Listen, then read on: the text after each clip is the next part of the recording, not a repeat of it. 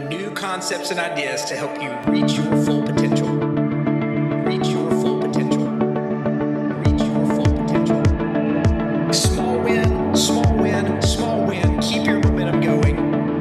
The Success 101 Podcast. Welcome to the Success 101 Podcast. This is your host, Jarrod Warren, and each episode, my goal is to bring you a new concept or idea to help you maximize your full potential. Thanks for joining me here today. Now let's kick things off.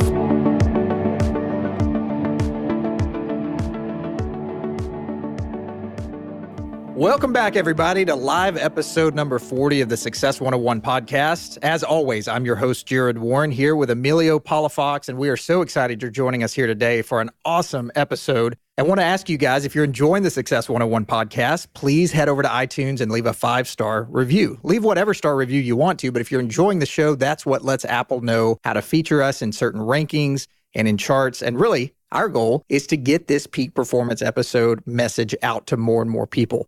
So thank you again for joining us here today. The podcast is now being downloaded in more than 130 countries. So the consistency is there. The message is there. You guys are downloading it. So keep commenting. Keep letting us know how this podcast is changing your life and impacting your life. Let's dive on into the show. Emilio, what is going on, man? I'm so thrilled to be back here with you this week. Likewise, man. I'm just feeling energized and present right now, man. I love being on the show with you. And I'm glad that our listeners have been, responding back with great comments and likes that, we've been putting out some good stuff. So just excited to be here. One of the things I wanted to bring to the listeners today, Jarrod, is, and I think you have this as well, is the Bulletproof Biohacking box that comes every quarter. I believe you have that every quarter. Is that right? Yep, absolutely. I just started on it. I've got like my second or third box now. Yeah, I got lucky when I was at I don't know if it was a 2014 or 2015 biohacking conference. Which, by the way, I don't know if you remember or not, but that is where we first laid eyes on each other, was at the Bulletproof Biohacking Conference out there last year, the fourth one out in Pasadena, which was an absolute blast, which was awesome. We were connected previously through our buddy Gabe Canales, and I'd seen a couple of biohacking things I'd thrown out there, and he had linked you up on it. So I was like, man, I guess this guy Emilio, it's just like he owns a CrossFit coaching business. I don't know, but I wasn't even really as into it then as I am now. And so I'd seen kind of your picture. I'd seen you comment on a couple of things. And then before I knew it, it's like, boom, there you are right there in front of me. So that was an awesome time. Little did we know that we would be doing a podcast about, a year later. Here we are. Seriously, and it's actually 1 year. I don't know if you got this on your Facebook thing, but I got a reminder, like the Facebook memories.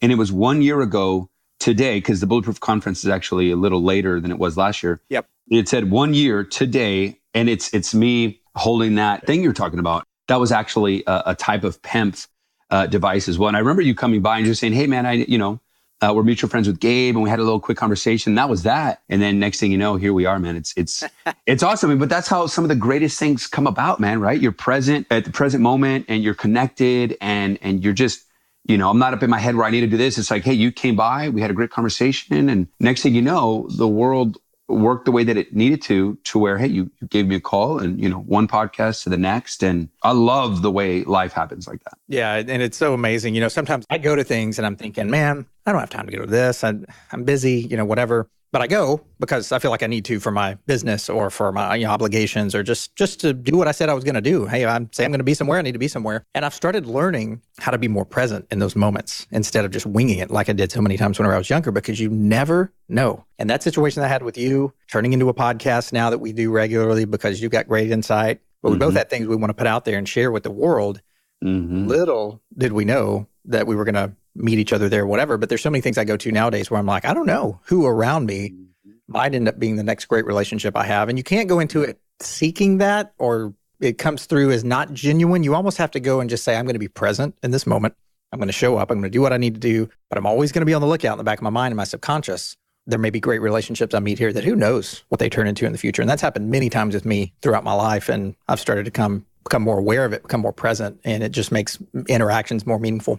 Absolutely, man. There's one thing that I got from Rich Litvin, who's an amazing coach out there. And one of the things he told me when I went to his Rich Litvin intensive last year was, and I think I mentioned this in prior podcasts, but it's, you never know when you're going to have the most important conversation in the history of the world, what take place. And, it could be the guy right next to you in the airplane. It could be the person right next to you in the yoga class, working out, at the networking event, like you're saying, or just anywhere. And so I too try to be as present as I want. Sometimes I'm like, hey, I have an agenda, and I'm going to go to this coffee shop and I'm going to I got so many emails to send out, so many texts, so many calls to do, whatever. And all of a sudden life hits where like, I'm getting this distraction and this distraction. And instead of saying, oh, and trying to keep going back, I'm like, hey, maybe I need to be welcoming these distractions, right? Like, okay, well, this came up. And I'm trying to push this person away because, hey, he or she is getting in the way of my agenda. Whereas that person might be the person I really need to talk to, or his or her brother-in-law or cousin. That is exactly who the person I need to contact for my business or for my relationship or what have you. And so, needless to say, I love when I get interruptions, or I love when things don't go the right way, because then it's like, what's here? Yeah. And, my lesson on that, I think I'd mentioned to you guys last time, is just learning how to be more present. And I want to make sure that we bring this out to the listeners. I had a business meeting with someone the other day who was observing. I'll spare you guys all the details, but I'll get to the point here. I had a business meeting with someone who has cautioned me in my life before about not being present. And I never really knew what he was talking about, what he meant, but he was describing someone else. He said, Jarrod, you've worked on that so much. And I can tell in our interactions now that you are way more present. We could always work on it more, but you're way more present. You're way more engaged. Your relationships, your conversations are more meaningful. I really took a lot away from that. But he was describing someone else and said, I was fearful for a while that you were going down the path of this other individual that we both know. And he said, you know how I experience him? Every time I'm with him, it's just this, boom, boom, boom. And he's kind of throwing his hands all in the air. And he's like, oh, I got this thing in. I got to move on to this. I got to go grab a smoothie. I got to go hit a workout. You sit here and eat a sandwich. And then I'm going to go do this other thing. And then and he's like, I just want to ask, like, do you ever stop and just live life? Because every time I'm around this individual, he said, it's just chaotic. And he said, I think he believes people and himself that get a lot of energy off of that. And that's true to some extent. But when it's ongoing and it never shuts off, when you're never present, you look up and go, man, I've either been burning at all ends. I'm not who I need to be. I'm burnt out, or I just haven't really been present. I haven't been investing in this life. And so, but I just think that's great as I'm learning to be more present. And I think I'd mentioned this last week, but some of the millionaires, the billionaires, people that are doing things on incredible levels out there that we're just like, man, how in the world how are they keeping up with everything that they need to do? They've got staff, they've got help around them, but there's a lot of stuff they're doing too because they are present.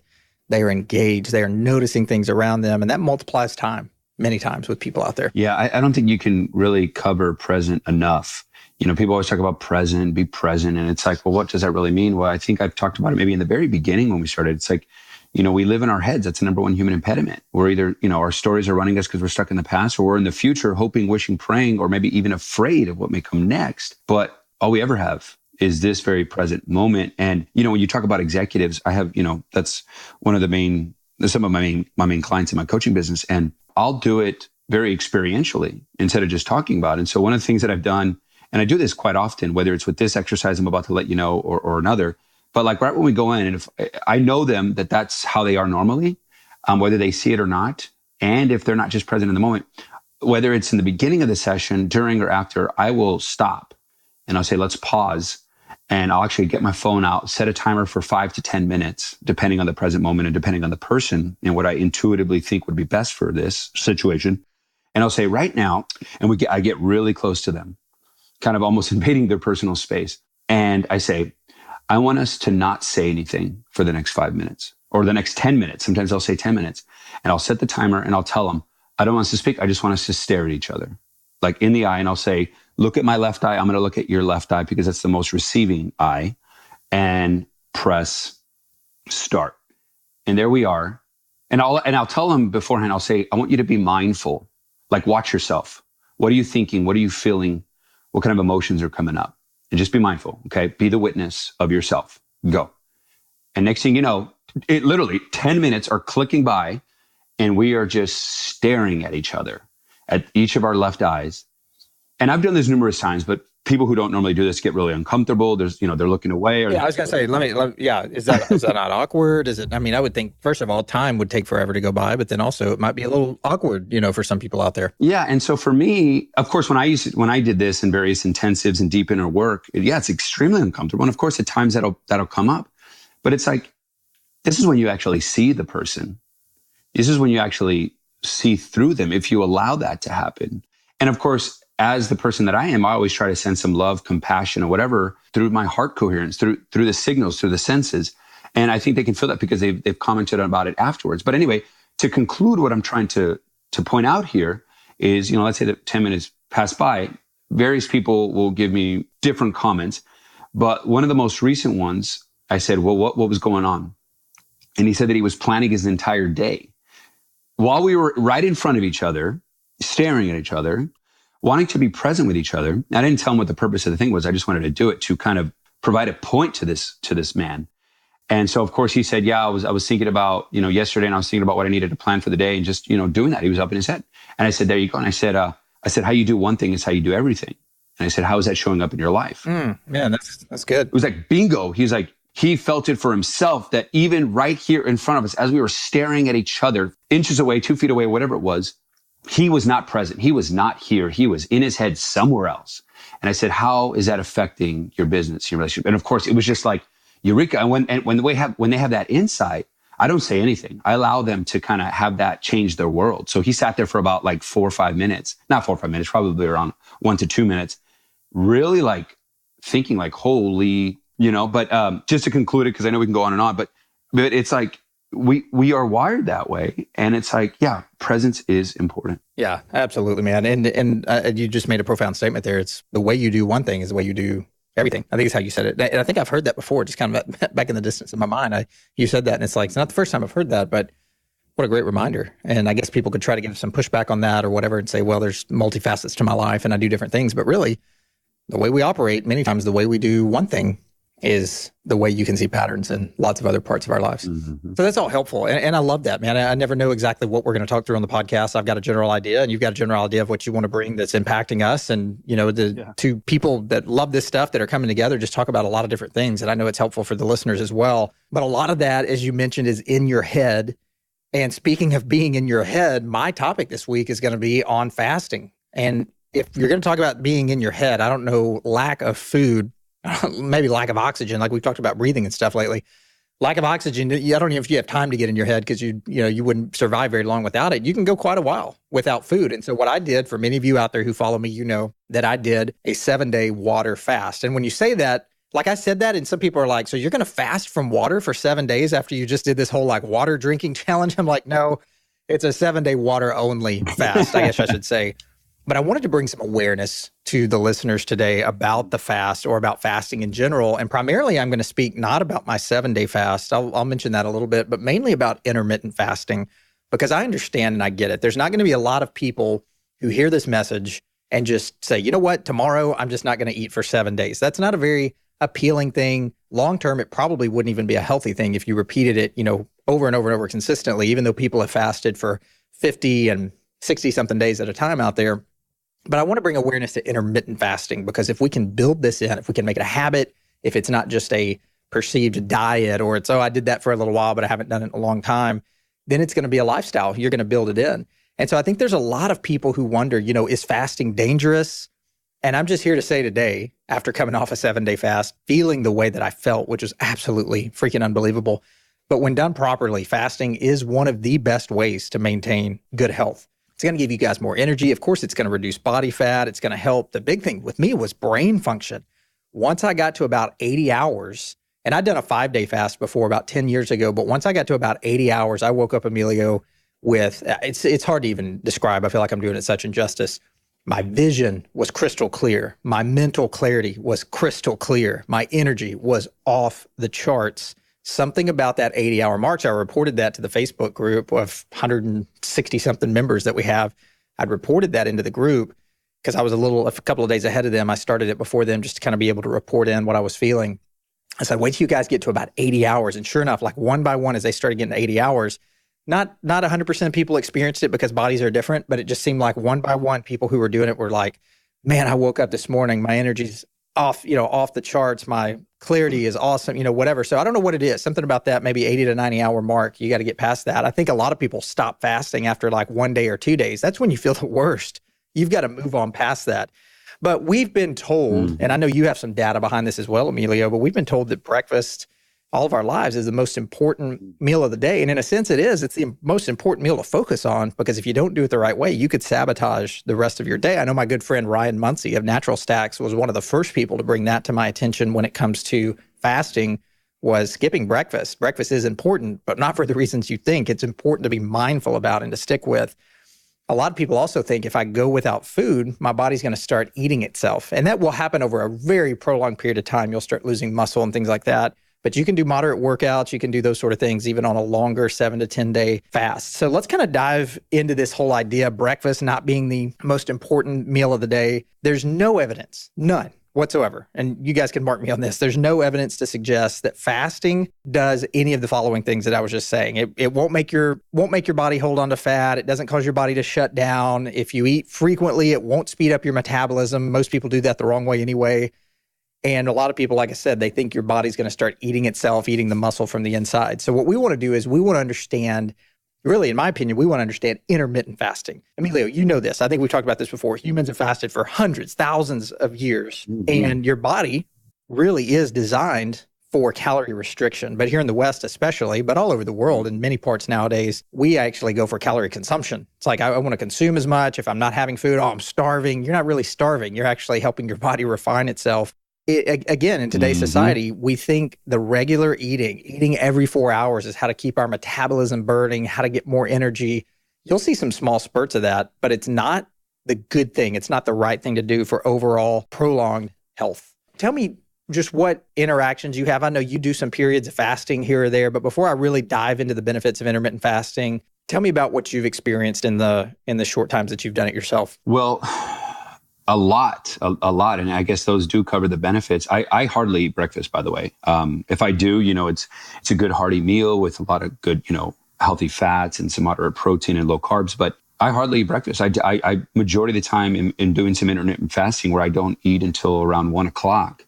And for me, and I think always is like you said, we have different genetic profiles and our epigenetics and genes are different. So do what feels right for you. But yeah, there are a lot of benefits. And some of the things that I receive is absolutely in the cognitive enhancement. So really when you're fasting, whether it's on an absolute fast, like 7 days, like you said, or intermittent fasting, I think one of the main things that happens with me, well, what's really going on in your body is that, you know this, Jarrod, is that your body finally has time to remove cellular waste and it's not having to digest things. So it can finally say, okay, guys, we have a break.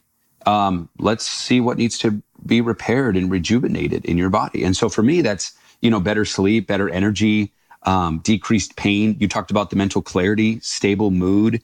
I just feel great when I'm not eating in the morning.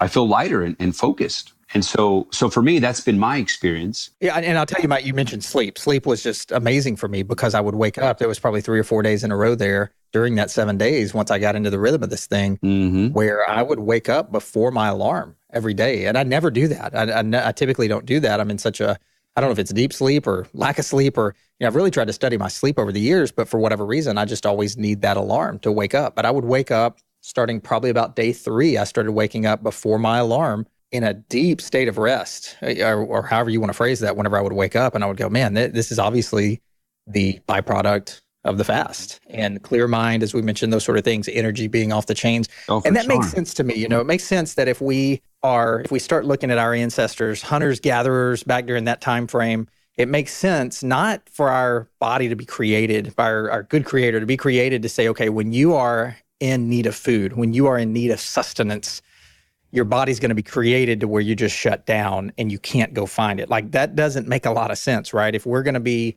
designed to thrive, then it makes sense that our genes, our epigenetics would say, we've got a loss of food. We need to kick up that energy to where you can go out and hunt. You can go find something. Now food is just so readily available though, that we don't exercise that inner given strength the way we were designed to where we're actually doing that. And even if it's not bad food, if it's just constant eating, you're still not letting your body stretch. You're still not letting your body become sharpened, your cells become more resilient, your mitochondria, those sort of things. You've just always got it right there. So it never has to really stretch itself. I love that you mentioned the mitochondria. I love that you mentioned resilient. It absolutely builds resilience. And like you said, because if our body, and it's like you said, you look at thousands of years ago when we had to go look for food, it's improving those mental faculties, increasing your willpower and motivation to say, hey, we got to, go and find some food for us. And we need that mind body kind of boost to go and get that done.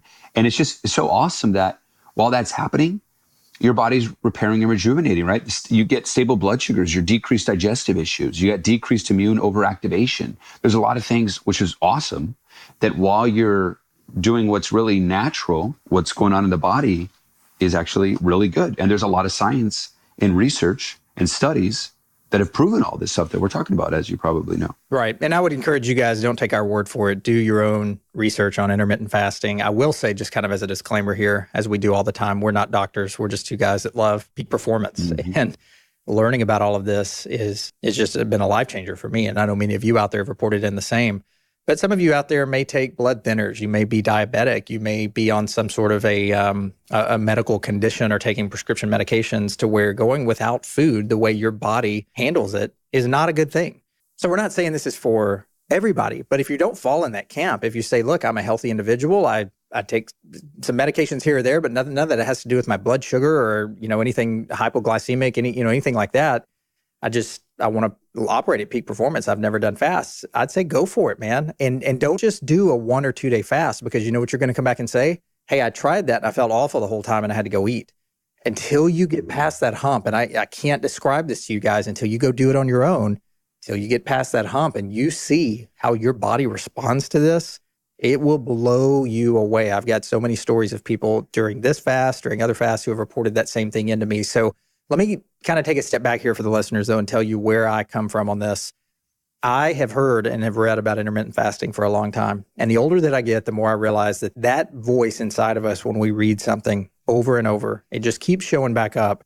That voice inside of us that goes, for me, it was, hey, I'll wake up every morning, I want to gnaw my arm off. I actually get nauseated. I get so hungry that I want to eat something immediately. So every time I would read about intermittent fasting, I'd go, man, kind of interesting, pretty compelling. I don't think I could do that. Even though I did a 5-day fast, years and years ago, I just felt like I'd built my lifestyle around a point where I needed food immediately whenever I got up. And so the more I read about it, the more I was convinced that weak in a good way, I'm saying not a negative way, but like that weak voice that needs to be sharpened within me needs to be sharpened. And somebody like me that has those feelings, what better person to dive headfirst into this? And so if you feel that same way, if you're like, man, there's no way I can do that because I wake up so hungry every day, just know if I can do it, you guys can do it as well. And it's amazing how once I decided to dive into it and I just started the 7-day fast, even a couple of days early. What I did was I was like, I'm going to eat 1 meal a day just to prepare my body for this thing. And after I did that, for 2 days, I was like, man, I hate this waiting in between. I'm just going to start now. And so I started it a couple of days earlier than the group. But for some of you that might be like, hey, I haven't done a ton of research on intermittent fasting. I hear you guys saying that it's good, it stretches the body. What does it really do? I would just say, and there's more than this, right? This is a condensed version, but I would say for most people tuning in on this podcast that want to hear about this, number one, as evident as it sounds, it helps with calorie restriction. And research after research after research that's done out there says that calorie restriction is proven to help you live a longer life. In the biohacking community, the longevity community, all of those people are tapped in and tuned into fasting. Also, Fortune 500 and 100 CEOs, people that have teams of medical practitioners around them that really understand how a lot of this works. A lot of them are coming out now saying, man, I've been fasting for several years. I just don't talk about it a whole lot. But my team around me that keeps me operating as a CEO of this company, they've had me fasting for a long time, and I'll never not do it now because of the benefits that I've seen. But what it does, guys, intermittent fasting really shortens that time that you can spend eating. So what I typically have heard from most people out there in the biohacking community, again, figure out what works for you. But for most people, they'll wake up, they won't do breakfast, probably hadn't eaten since about 8 o'clock the night before. 7 or 8 o'clock, you shut it off. You sleep during the night, wake up the next morning, grab some bulletproof coffee. That won't break your fast, but then move on about your day. And you're going to start working through the morning. Most of the time, once you get in the rhythm, you won't even realize you're hungry when it comes lunchtime. But if you can wait until about 1 or 2 p.m. before you break that fast, and when you do, you kind of hit the nail on the head a second ago. When you do, you want to have high quality fat, super low carbohydrates. It's going to help both the brain and the body recover some of that energy. You might start feeling like you're lacking a little bit. Carry that all the way through. And the Bulletproof Diet Roadmap is a really good downloadable PDF that you guys can go find at bulletproofexec.com. But go until about 7 or 8 p.m. again with good, high fat, high quality, low carbohydrate type foods. Drink tons of water because your system will be detoxing even a little bit after, just a few hours, and then do the same thing. And there's people that do that 3 or 4 times a week, and then they'll have like a couple of days where they eat the entire time. There's people that have built that into their lifestyle where they just do that every single day. And that calorie restriction is going to help with longevity. So do your research about that. The biggest thing for me too is it reduces inflammation. That's, for those of you out there who are maybe new to this world, that inflammation, that's, Emilio, I don't know if you have a different definition here, but I would say that's your body's attempt to protect itself from harmful things, damaged cells, irritants, free radicals, all the things that are swimming around in our body. And one study found that alternate day intermittent fasting, like doing it one on, one off, can reduce the markers of inflammation in anybody out there, but primarily overweight adults, some of the most inflamed people out there, just by doing it every other day and building that into your lifestyle. Their metabolic function, their markers for longevity, their markers for reduced inflammation, all became incredibly increased or decreased, however you're looking at that based on the study, to where it's showing that the cells are helping to repair themselves. It even helps your brain create new neurons and protect against early onset aging and brain damage, dementia, Alzheimer's, those sort of things. It regenerates your immune system. And again, this is a very condensed list. If you really go do a deep dive, you guys are going to be blown away at how many other things fasting really helps with. But find the program that's right for you. Like I said, maybe yours is, and I can't stress this enough, guys, taking a step back here. It's not a diet. It's not like, yes, I did the 7-day fast, but I knew that once I came off of that, that was just a hard reset for my body. Eating no food, drinking only water and black coffee for 7 days. I wanted that hard reset. And now I'm doing intermittent fasting pretty much every day. There's a day or two I may skip in there during the week if I'm traveling, or whatever. It's a little bit harder. But it's just been amazing. I feel better. I have more energy. I'm getting better sleep at night. And again, coming from someone that thought they could never do this, I just really want to encourage you guys with that. If you feel like you might struggle a little bit, just dive head first, dive straight in. That's the best way. It's like getting in the pool when it's cold, right? You see, my wife does that. She's like just inches in all the time. And I'm like, you just got to jump in like the kids and I just did. And she just keeps inching in. I'm like, rip the Band-Aid off, just get in. And she never will. She never will. But you got to do that with fasting, I think. It's not something that you can just kind of toy around with a little bit and then decide if you want to do it, because you're not going to feel great doing it that way. You're not going to feel great inching into a cold pool. Dive in, get past the initial shock, and you'll be so thankful that you did. Yeah. You said some great things and it's all true. I'm a big believer in all that. Definitely do all that. I want to say 3 things about what you just said there. 1, about diving in and doing it. I think that's so important because doing that allows you it translates into your life. You think about just jumping into a cold shower or to an ice bath or jumping into this intermittent fasting or just jumping into something. That's the way life works, right? You're doing something, then life happens. Whether good or bad, boom, here you go. And you have to adjust. You have to adapt. And when I think about doing certain things like this, where you just jump in and do it, jump into the cold water, jump into whatever you're doing, that almost on a mind, body, spirit level programs it deep within you so that when life happens, you adapt, you jump right in, you can pivot a lot quicker. So there's a translation that actually happens that I've seen, and that there's some research on this as well. We've talked about cold therapy before. It's like I've done that for years, but even that alone, when I used to do consulting for oil and gas companies, when I was doing the cold therapy then, even that small thing every single day allowed me to where, Emilio, we need you in this meeting. The CEOs don't know what to do about this particular issue. Oh, wow. That's like something I have to jump into right away. And as weird as that may sound, that little something of jumping into the cold shower every single day consistently, just jumping in, ripping the Band-Aid off, allowed me that to translate into my life when life hit. The second thing I wanted to talk about was the fact that our bodies are doing all these benefits that you talked about. We have a miraculous body that can heal itself if you allow it to. And the more you're in tune with your body, the more that can actually take place. So I wanted to just bring that up as well as, when we think about, if you think this is stressful, then as Jocko would put it, good. Because it's a good thing. Stress is good. I almost wanted to create a program that just says stress yourself. Because if you think about it, working out, that's a stressful activity.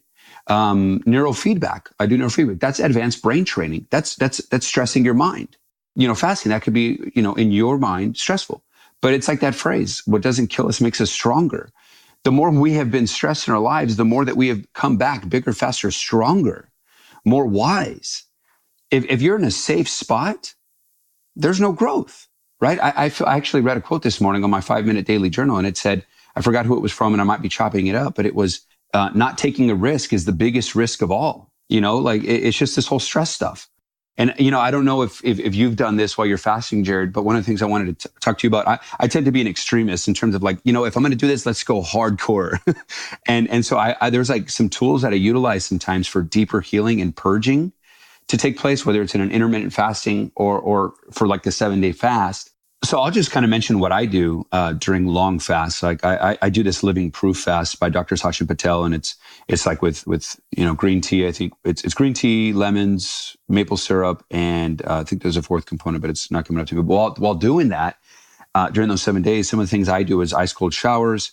I do the rebounder, aka mini trampoline. I do the infrared sauna as much as I can. I'll do a biomat. One of my friends has like a far infrared crystal mat that I utilize. If I can do a deep tissue massage, I do that. And Emilio, not to interrupt here, but if someone's hearing this going, man, they were just talking about fasting. Now he's talking about all these different healing and tell us, obviously that came to your mind. Why does that fit in your life? Why does all of those things fit? How does that fit into the fasting? Well, when I think about fasting, your body's healing itself.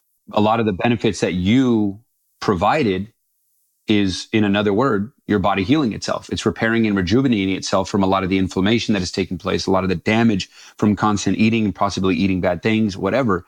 Your body's cleaning itself out. It's removing cellular waste. So your body's healing itself. And so when I think about, because I'm extreme, I'm like, okay, well, what can I do that's even deeper to, pushing myself, leaning into my edge when I'm doing this fast? And those are some of the things that I do to further that experience. Yeah, man, that's great. And I do, just through my journey of biohacking, I do cold showers now. I've started doing rebounding lately. Talk about, a guy that's got 3 tiny kids at home. When you bring a little trampoline in there, I mean, they think it's a circus, right? But rebounding, just in the past week or so, I've got a high altitude training mask that I bought that I'll use when I'm running or rebounding, doing some of those things, taping with my mouth shut at night. All of those things sound like you're doing, but a lot of that is still healing and therapy for your body. The bed of nails or the bulletproof sleep inversion mat at night. I mean, I could just go on and on of all the things. And I actually had a guy this week, some people may hear all that and go, wow, man, I'm kind of stressed out. My adrenals are shot. My cortisol's through the roof. I need some healing. But holy cow, these guys are talking about all this stuff they do. I need less in my life. And what I would tell you on that is that's a very common reaction. I had a person just yesterday, no doubt, in my office that came up and said, hey man, what is this? I hear about you sleeping with your mouth taped shut at night. So he just starts listening to all this stuff that he's heard on my podcast. And he's like, I can't keep up, man. And he was saying it in a joking way because I know he does some of these things himself. But I think what he meant was, hey, you're kind of on the cutting edge of all this new stuff that I'm hearing about. Thanks for bringing it to my attention. But it's like, I can't keep up because every time I hear about a new thing, that's a very common reaction. I've had people write in constantly all over the world about the podcast of, how are you doing this? Are you doing this all at the same time? Guys, it's a journey. We want to really emphasize that. I want to really emphasize that. This is a journey. I didn't wake up sleeping on a sleep inversion mat and taking cold showers and putting a human charger in my ear and taping I didn't do all that, right? In fact, most of it, if you looked at a bell curve, most of it is kind of right in that middle point of this journey I've been on, where I started becoming a lot more aware. And then I started really refining it down from there. So it's like, yeah, I'm trying new things. I'm starting to do new things. Fasting, I've never had a built-in ritual of intermittent fasting every day like I do now. Some of you out there may get some criticism if you're really into biohacking, just like I'm sure you do, Emilio. I don't want to speak for you. But you get the naysayers out there. They're saying like, oh, you're still going to die anyway. What's the use of all this? It's like, well, I want to feel awesome the entire time. And I don't want to make my family miserable the whole time I'm around by being a negative, grumpy all the time. I want to get great sleep. I want to do all that. But if you guys have naysayers in your life that are like, man, you're always into something new, whatever, say, yeah, I am. Because I want to feel awesome. And you've got to test. You've got to test all of this. And I always say we are in the lab of life. We've got the goggles on, the white coat, and we are testing constantly. At some point, you should get to a point where you figured out for different metrics of your life what works, and you actually start scaling back down. Because let's face it, man, the world of biohacking, it's fun. There's a lot of cool toys out there, and you could just play with this stuff all your life, right? But at some point, if you're really doing it for health, you should start scaling that back. So fasting is one of those things, all the things that you mentioned. And I'll just say one more thing as we get ready to wrap up the podcast here. To me, it's really one of the only things, you said you got to dive in. I said you got to dive in. I mean, there's this theme around it of if you're going to do it, let's face it head on and let's do it. But it's really, to me, one of the few things out there that you got to do it on your own. Like you are in control. Not to get political here or anything, but I watched this special one time on George W. Bush, younger Bush. And he said, you grow up, and he's like, my dad was president, and I've seen presidents, and I've always been in the presidential political spotlight, whatever. But he said, there's something about being in a room, strong military leaders, very smart people, whatever. And you get to that point where everyone in the room turns and looks at you and says, what's the decision, Mr. President? What are we going to do? And it was just so interesting the way that he captures that moment. Apparently, he was speaking of that one time whenever that first happened. I think it's the same thing on a more minor level with fasting, right? Like you can have workout partners, you can have, people that encourage you along or whatever. This is something you've got to do. So I would say be, not to be cliche here, but be the president in your own life. When people are looking to you saying, I need you to lead me, whether it's your family, whether it's your business, whether it's yourself, just that inner voice saying, I need you to lead me here. We can get off our butt and do something today. I think you got to look yourself in the mirror and go, what are we going to do, Mr. President or Mrs. President, or, whoever's listening in out there? What are we going to do? Because it's up to you. You got to make this happen. Fasting is just one of those things, man, that it takes so much grit, probably because you're doing it the wrong way and you don't get past the hump. But it just takes a lot of grit, a lot of mental grit. When I was going through mine, I said that that the physical pain every day, like past day 2, physical pain was like 1 or 0. Like I wasn't hungry at all. The mental strength that I was having to put out was like a 7 or 8, because you always want to go back and eat something. Fasting is a huge thing. It's an awesome thing. And I would encourage you guys to dive in, jump in, do some more research about it if you're on the fence a little bit. And I think that'll hopefully sway your opinion over into starting to do it, but then building it in, because it doesn't do any good either if you do it for a quarter. And then 5 years later, you go, man, that was a really interesting time of my life. I felt good all the time, but I haven't done it since. I think you've got to stick to it and you've got to build it in. And the faster you get into it, the more awareness you bring, more present you are. I think the better you're going to do with that. And it won't be such a mental game.